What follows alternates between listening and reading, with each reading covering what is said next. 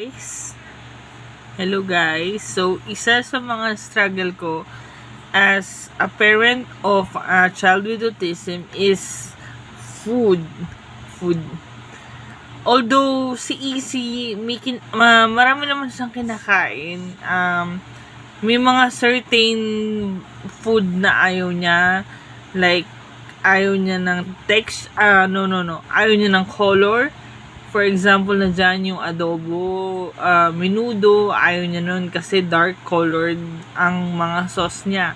Ang gusto niya is yung mga soup, mga nilaga, sinigang, ganun. So, ayaw din niya minsan ng smell. Pag hindi niya nagustuhan yung smell, hindi niya titikman, ayaw niya nun.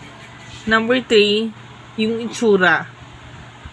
For example, yung lumpia. Pag ayaw niya ng hindi golden brown yung lumpia.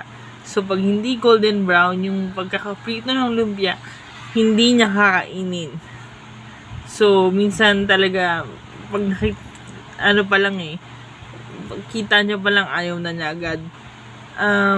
Number 4, syempre, ayun yung mga texture. Gusto niya crispy. Minsan, ayaw niya ng alam mo yun, may certain texture siyang ina-avoid. So, yun yung mga challenges ko sa pagkain ni Easy. So, minsan talaga mahirap siyang pakainin. Minsan may time na okay naman. So, yun lang naman.